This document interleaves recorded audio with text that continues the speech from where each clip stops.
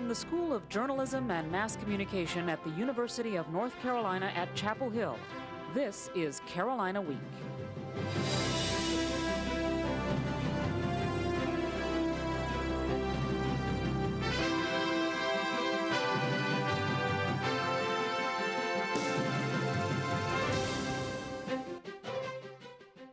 Good evening. Thanks for joining us for the April 5th edition of Carolina Week. I'm Anthony Stokes. And I'm Courtney Robinson. Our top story tonight.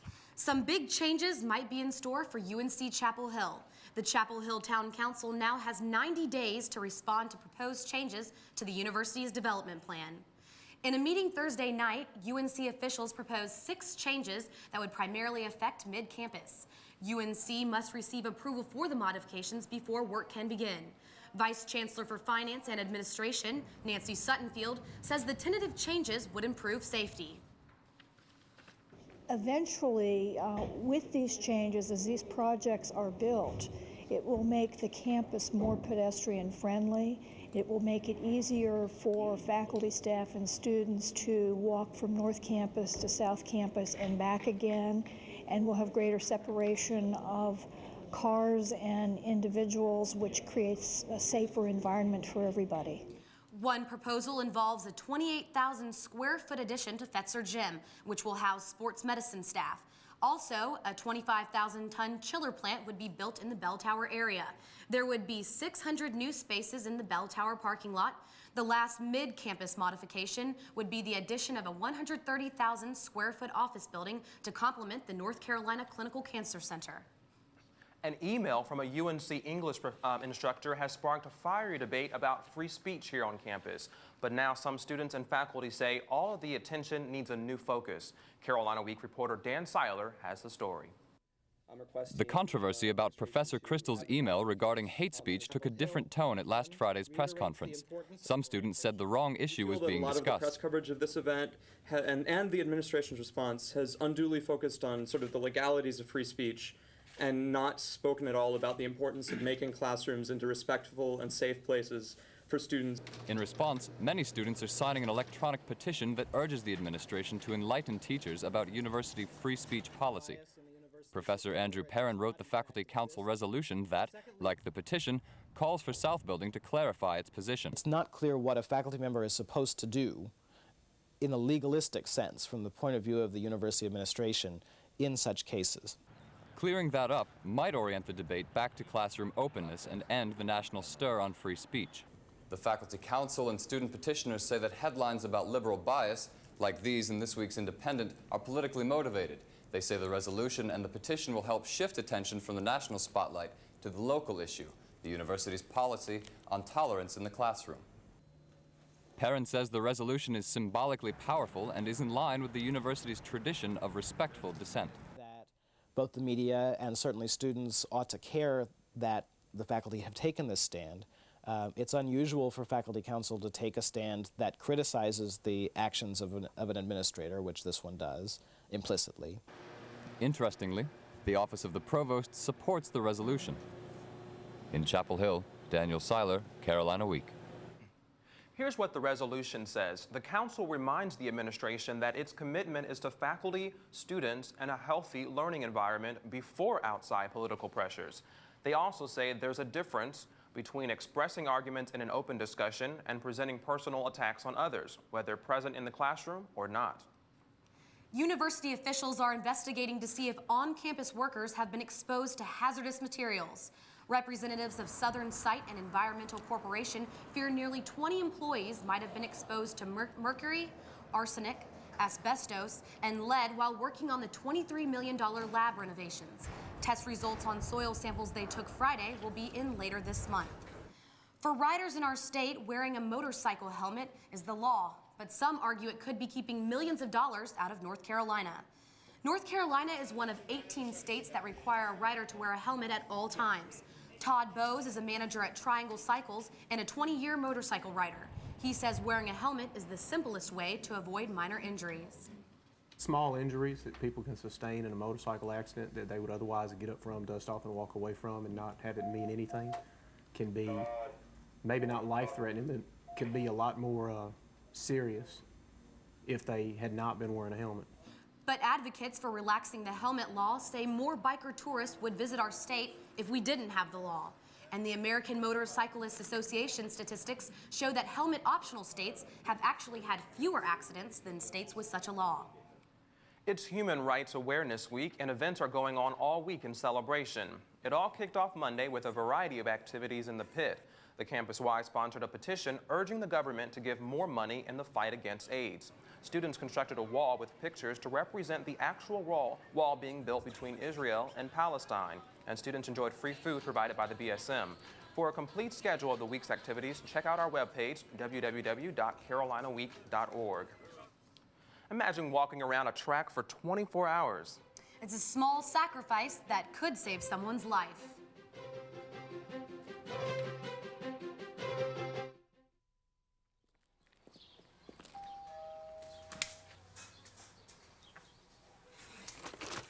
Mrs. Abruzzo, I'm Ed McMahon, and we're signing up people for... Yes, I am. Yeah. Mr. Murphy, Ed McMahon. We're starting up... No. Dreams really do come true. Hombre, dinero. No. Con cámara. No time. Yes, Ed con McMahon, cámaras. see. Ed McMahon. Yes, Ed McMahon. We're having our first Ed ever... McMahon. Yes. Tuesday night at the high school. We're starting up the neighborhood watch in this area, and here's all the information. Stevie, get down here, please. No, it's just 5, 6, 7, 8. No tango dinero. Neighborhood watch. We're having this neighborhood watch, the first one. Right. Larry, put some pants on. I'll come back. Bye-bye. Bye-bye. Thank you.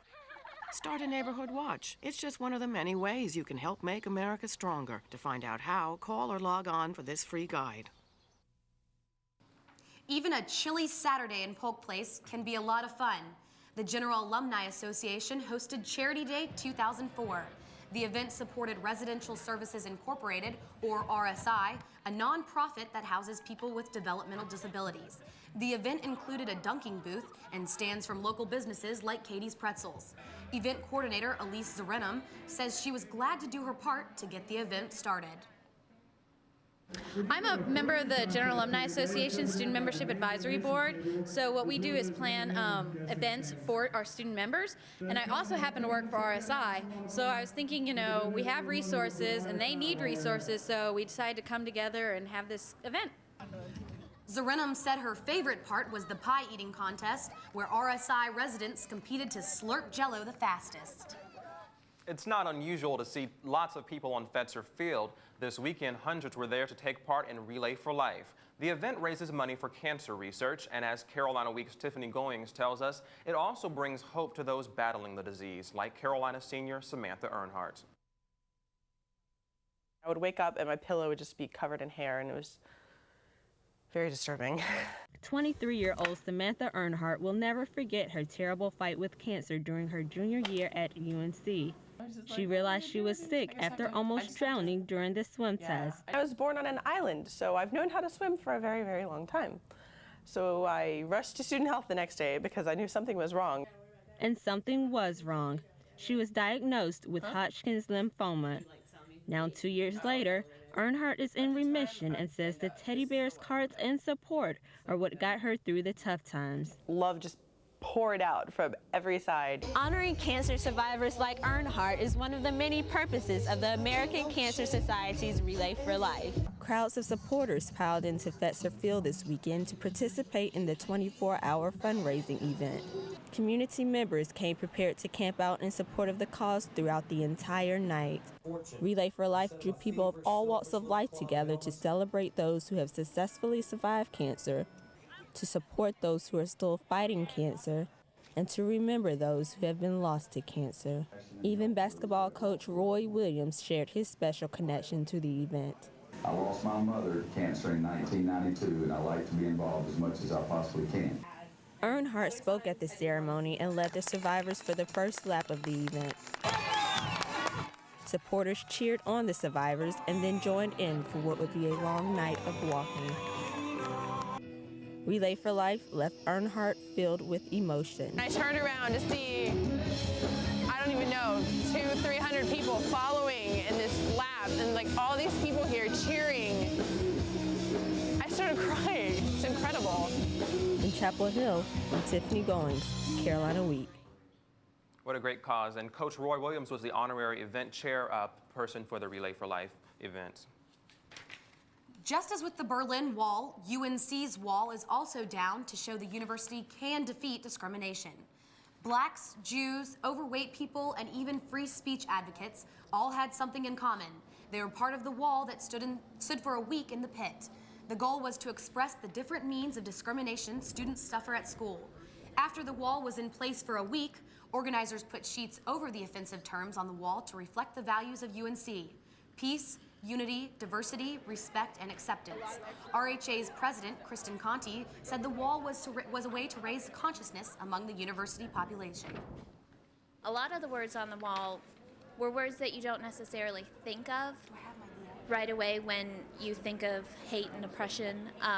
They might be words that you just say to your friends one day, something like that. And so it really gave students an opportunity to stop and think about those words and think of the things that they've said and how that they can really hurt.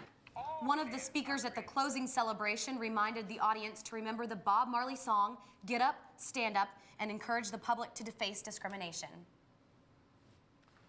As the student body wraps up the spring semester, a hip-hop star will be doing some rapping of his own right here at Carolina. Nas, whose hit songs include One Mic and I Can, will take the stage at the Dean Dome on April 22nd.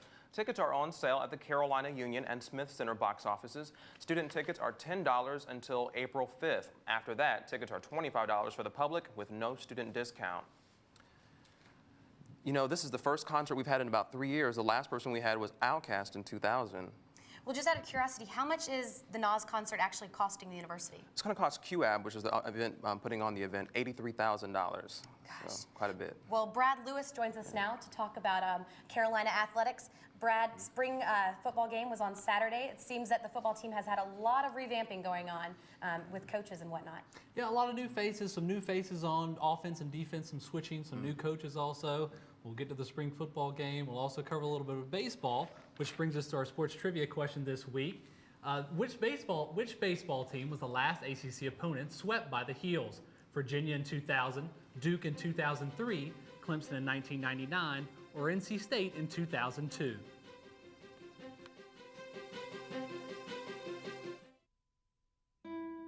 The Ronald McDonald House is a nonprofit organization that provides a home away from home for families of children being treated at UNC hospitals. Since opening in 1988, the house has welcomed more than 1,000 families each year to stay at this safe haven. The house relies heavily on community support. How can you help? Become a volunteer. Help the house that love built. The Ronald McDonald House, the house with a heart.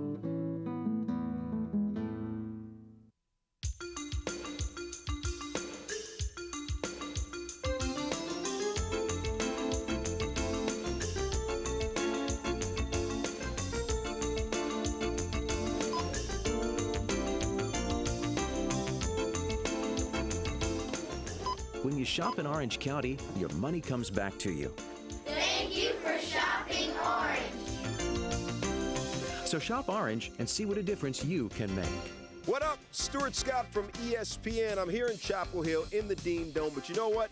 When I go home and turn on my TV, I'm actually not watching sports anymore. I'm here in Chapel Hill.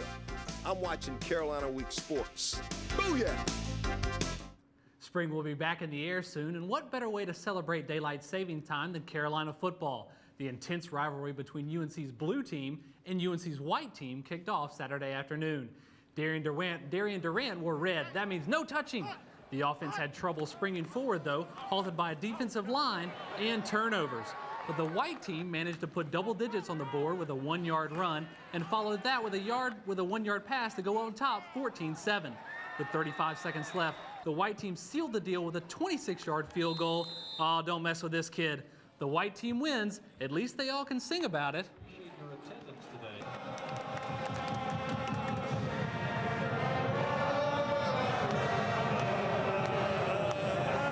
The Heels open the regular season September 4th at Kenan Stadium against William & Mary. You cannot question the dedication of a perennial national power soccer team. There's no off-season if you want to be the best. Some K9 friends come out to watch the Carolina blue-clad women's soccer team on Sunday. It's a familiar sight to see the Lady Tar Heels in full gear against a good opponent. In this case, the opponent is Nebraska, and the setting is a friendly match at Finley Fields. Ann Morrell is all over the field, helping lead the Tar Heels to a 2-1 victory. Each spring, the Heels play several weekend friendlies in order to stay in shape as the summer approaches. It even gives the dogs an excuse to run around, and the players a chance to hone their skills. Spring ball is mostly about individual work, so we've been working individually on our stuff. And then when we come in the fall, it's mostly team stuff. But we've been doing a lot of scrimmaging and learning how each player plays. The 9th-ranked Carolina baseball team remained on fire this weekend in Winston-Salem against Wake Forest. Reigning Player of the Week Marshall Hubbard almost single-handedly took the Deacs down in the first game with a first-inning grand slam as the Heels won 9-7. In the second game, Sammy Hewitt provided the fireworks, a 2-run home run, and Carolina clinched the series win 7-3. Sunday, the Heels looked to break out the broom with a series sweep and wasted no time with a 5-run first inning. Freshman starter Andrew Miller threw the ball so well, the only one busy in the batter's box was the umpire. He scattered 3 hits over 5+ innings for his 3rd win. After barely missing a homer in the 4th, Marshall Hubbard in the 6th. Beef, it's what's for dinner. The Tar Heels win easily 11-3, and head coach Mike Fox was excited to get 3 wins on the road. Well, we're certainly pleased to be where we are. This was a big series, and you don't expect to win 3 games on the road in this league, and they're very rare. In fact, I don't think we've done it at North Carolina since I've been here. ACC action took the softball team to Charlottesville, Virginia Sunday for UNC's first time at bat in conference play. In the doubleheader, junior shortstop Emily Price had the go-ahead RBIs in both games, helping the Heels push past the Wahoos 3-1 and 7-2. Carolina heads into Friday's match against NC State with a 32-14 record. No backhand springs for the women's tennis team, just some forehands and backhands helped the number 12 ranked Heels capture their 3rd ACC win. With the help of doubles duo Lee Barrows and Kendrick Dunn, Carolina won both the doubles point and 2 singles points, pushing the Heels past Maryland 5-2. The men's tennis team won the doubles point and 3 3-set thrillers in the singles to hand Virginia its 2nd loss of the season. With a 5-2 win, the Heels remain undefeated in the ACC at 6-0. They're 20-2 overall. The Carolina gymnastics team wants to move into new territory. Find out if the Heels could keep a grip on an NCAA berth. Plus, we'll take a closer look at 2 seniors who have reshaped Carolina gymnastics.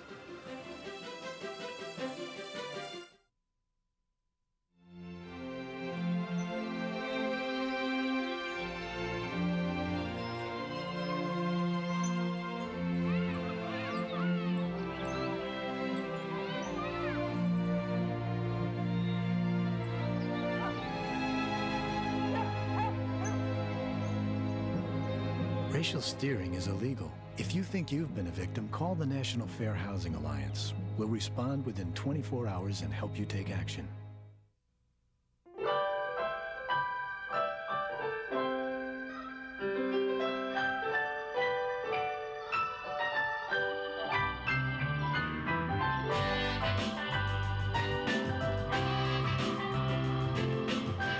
No one looks back fondly on the years they spent in a parking garage.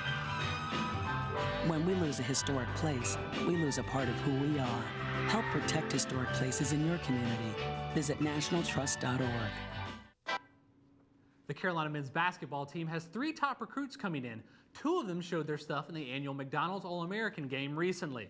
Ronald McDonald's himself was in attendance, and what he saw was a clinic put on by Tar Heel to be J.R. Smith. Smith had not 1, but 2 360 degree dunks. And Smith is just getting started as he throws this one down with a little finesse. As you can see in slow motion, oh, daddy. Smith isn't finished as he shows he can stroke the 3 as he drains these 2 ridiculous shots from behind the arc. Take another look at that last one. I think he shoots this one from the parking lot. Fellow recruit Marvin Williams doesn't fare as well and scores just 3 points. Smith scored 25 and shared MVP honors. It's been a high-flying year for Tar Heels gymnastics, but the team couldn't stick the landing into nationals. Teams from 6 different universities gathered to compete in the Southeast Regional Championship at NC State's Reynolds Coliseum on Saturday. The Lady Heels were the 2nd seed going into the competition. Sophomore standout Courtney Bumpers led the Heels in the floor exercises, with fellow sophomore Michael Hester pranced around the balance beam, earning a score of 9.8. Despite a stellar performance by the Heels, their final score of 196.35 put them in 3rd place and just short of qualifying for the Nationals. Bumpers, however, earned a qualifying score, sending her to Nationals competition in Los Angeles. Coach Derek Galvin compared the loss to Final Four basketball. This is like being down by 2 points and the other team takes a 3-point shot and it goes through the hoop at the buzzer. The fact that the Carolina gymnastics team was even in contention Saturday for an NCAA tournament berth is remarkable. A few years ago, gymnastics was just another sport on campus. But this year's senior class helped push the program to new heights. 4 years ago, Maddie Curley came to Carolina to join an average gymnastics team. My freshman year, we were 44th in the nation. We didn't even make it to regionals. A few of us went as individuals. 3 years ago, Anna Wilson joined Curley after transferring to Carolina. Together, the two have helped redefine Carolina gymnastics. Head coach Derek Galvin knows just how important these seniors are. In every way that you could measure success in intercollegiate athletics, this senior class has experienced the highest level of those while they've been at Carolina in the history of our program. Saturday, for the second straight year, the Tar Heels competed in the NCAA Southeast Regional Final. Before the meet was over, Carolina made defending national champion UCLA sweat for every point. Wilson says it just shows how far the Heels have come as a team. It means a lot to our program just because, again, for the second year in a row, we've come within one of the smallest, well, we did come today within the smallest margin of possibly making it to nationals. That margin was .025 away from making it to the NCAA championships for the first time in school history. So how does it feel to come that close? Honestly, all that's running through my head is that sucks because I wanted to be there. I wanted our team to be there. I felt like we deserved it, and we have worked so hard this season that, like, it just really is awful that we're not there. Curley and Wilson can find solace in the fact that they've helped lead Carolina gymnastics to a few feet below the summit. This team has so much heart in it, and they're so close, and I mean, these girls are my best friends, and I'll never forget them, ever. Now, despite the departure of the seniors, Carolina returns a solid team led by Olivia Trusty and UNC's first All-American gymnast, Courtney Bumpers.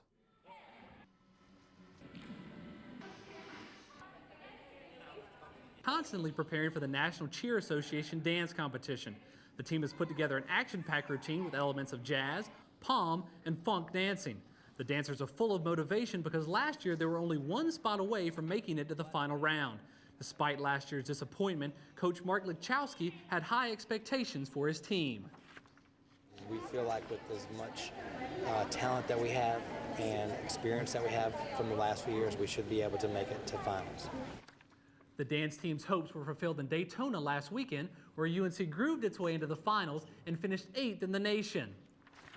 Well, has anybody got a sports trivia question to answer for us? I'm gonna go with Duke because anytime that the Heels beat Duke, it's a good thing. So mine's Duke. I'll go with Duke as well. Yeah. You're both right. The answer is Duke. Before last weekend, the Heels hadn't swept an ACC opponent since last season. Well, Anthony, we have the championship game tomorrow night with UConn v. Georgia Tech. Any guesses for who's going to win the game? Well, I talked with Brad earlier, and he was recommending UConn, so I think I'll go with him. He's our sports expert here at Carolina Week. I know. I've heard of a few people that put Duke in the finals, and of course their brackets are blown, and anyone that puts Duke doesn't deserve to win anyway. I agree. I'm with UConn also. So we'll see. And the game's tonight? Tonight. I'm not really sure of the time, but I'll definitely be in front of the TV watching it, hoping that I can win my bracket. I know. Well, I'll hope for you as well. That does it for this edition of Carolina Week. Thanks for joining us. Good night. Good night.